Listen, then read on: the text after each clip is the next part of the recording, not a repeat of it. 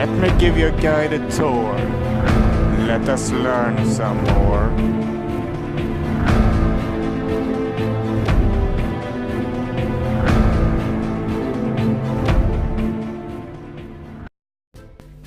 Welcome back to my channel. I'm the Amastorian, and this episode is gonna be on Byviks fortet, a fortress in Stockholm Archipelago, which was built during the reign of Oscar II. He was born the 21st January 1829, and he died the 8th December 1907. He was king between 1872 and 1907, the day of his death.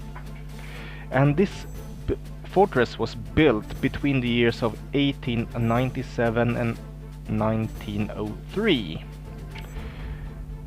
Why was it built? Well, it was built as a way of defending Oxdjupet Strait, which is one of the ways into Stockholm by ship, and that was because Oxdjupet Strait was cleared up from debris in the 1870s.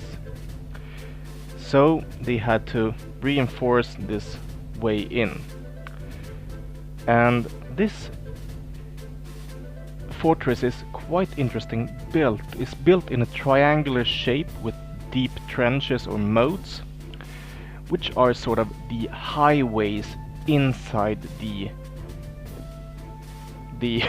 fortress in a way. They function both as moats to prevent the enemy access and as access for the friendly forces in peacetime. They have these railways to make it easier to transport heavy goods like ammunitions and so on. It has 3 separate flanking positions to lace these trenches with cover fire if the enemy is supposed to climb down into the trenches or somehow break through the gates. And these cover fire positions makes these trenches quite a death trap. Man, when I walked around this and I thought, how would it be to climb down here as an enemy and attack this stuff?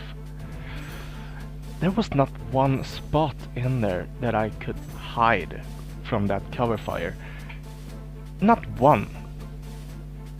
Man, that gave me goosebumps to think about it.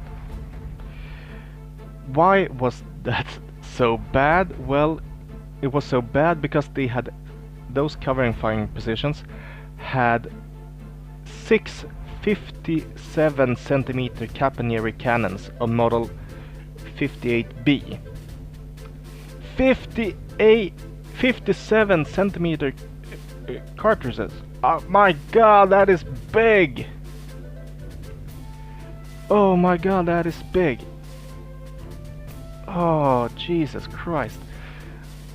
That just gonna put a big hole in you and the rock face behind you. Oh my god.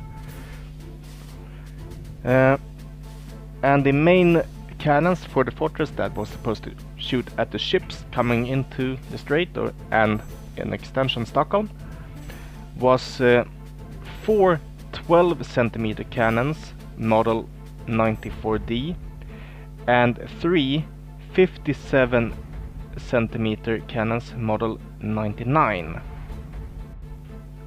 The defense decision 9, which came in act 1925, which meant that the Swedish military was supposed to down-arm the Swedish military, also meant that Byviks fortet and the Vaxholm line was no longer part of the defense of Stockholm and Sweden.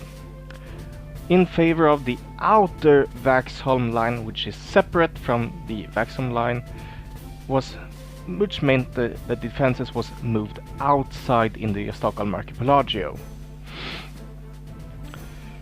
The fortress, the Byviks fortress, was actually somewhat in use furthermore as an ammunition storage and as a combat gas laboratory for quite some time, although not for that long. It was only in use for a short time after, which means that this fortress was actually not in active duty for that long, only for about 25-30 years or so on, or no, about 25 years it was in active duty, which is not that long actually when you think about it. You blasted out this enormous fortress from the bedrock,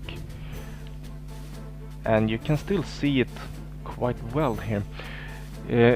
Here and there the bedrock was not strong enough or high enough, so they had to touch it up with some masonry work.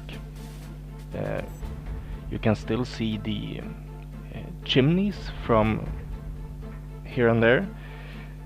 The chimneys were supposed to, well, let the smoke out from the wood stoves inside. But the entirety of the inside of the fortress, of the bunker inside, is blocked off nowadays, which is quite sad. You cannot get in and see the inside at all. You can only walk the outside. After the defense decision 1925, the cannons was moved out elsewhere, and that sort of meant a death sentence for this fortress. And that's gonna be it for this time. I thank you for listening and watching this, and I say see you later. Bye bye. Thanks so much for watching. Like and subscribe.